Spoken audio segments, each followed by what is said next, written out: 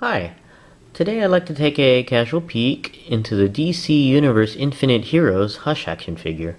This figure is numbered 8 from Series 1, which is the Crisis series. I think it's based off the Crisis on Infinite Earth.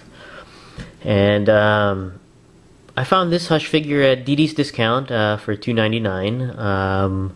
Kind of surprised because I thought that the Hush figure was a bit hard to find when he first came out.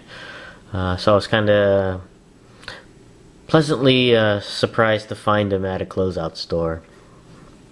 There are actually quite a few figures over there, and I think the Infinite Heroes line is not as popular as the Marvel Universe line, which is roughly the same size. I think the Infinite Heroes figures are just a tad shorter than the Marvel Universe figures, but the Infinite Heroes doesn't seem to sell well. I think it's, from what I read, it's because of the articulation and the quality, but me personally, I think that they're okay.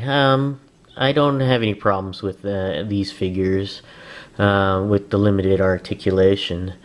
I think it's just a great addition for DC figures in the 3 3/4 scale.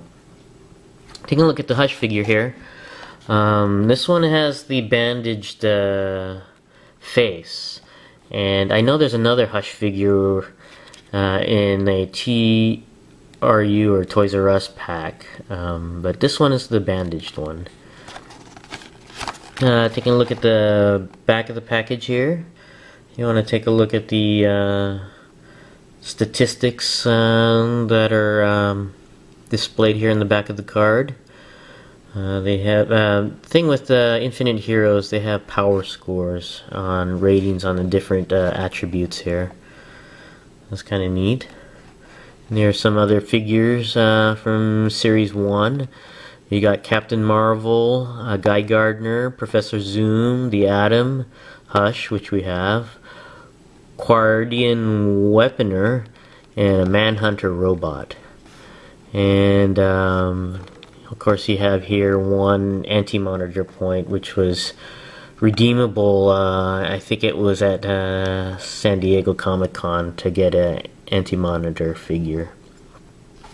Let's go ahead and open up the package and we'll be right back. Okay, we're back and the Hush figure is out of the package. This figure had no accessories, and basically most Infinite Heroes figures don't come with accessories, and I think that's another reason why it doesn't sell very well. It's just the figure itself, and with the higher price in the big chain stores, it just kind of drives away the buyers. But at the closeout price, it's I think a rather nice value.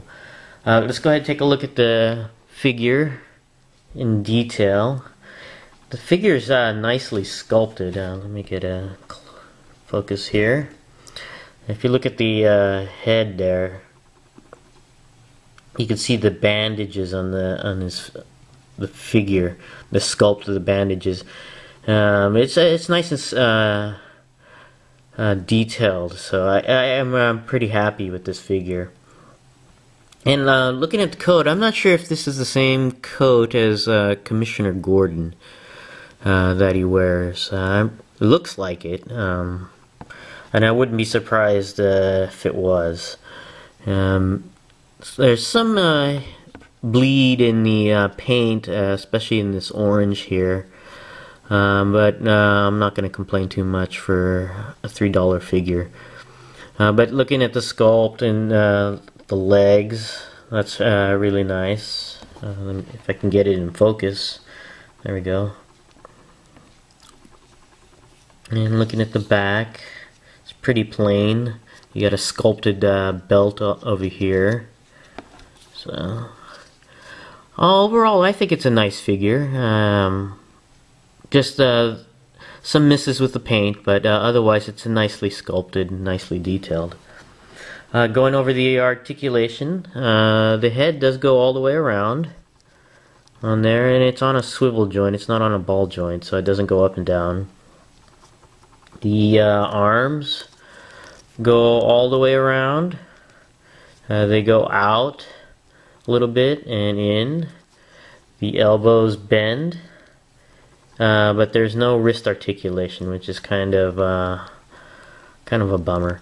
The waist goes all the way around on the figure, and the leg is a basic T-crotch, but it doesn't go out to the side. It will go up and down, but with his tunic here overhanging from the bottom of the belt, that prevents the movement on the upper leg. The knees do bend on a single joint, and that's it for the articulation. There's no articulation on the feet. So overall, it's a pretty basic figure, as most Infinite Heroes figures are. I think these are really designed more for play than anything else, not for posability. But I still like to pose my figures, Infinite Heroes figures, in basic poses, and display on the shelf with the rest of my other figures. I recommend getting these figures at the lower price from the closeout stores if you can find them. I'm pretty happy to find this Hush figure at a closeout store at a reasonable price. And if you can find one as well, I'd recommend picking this one up. Thanks for watching, and I'll see you next time.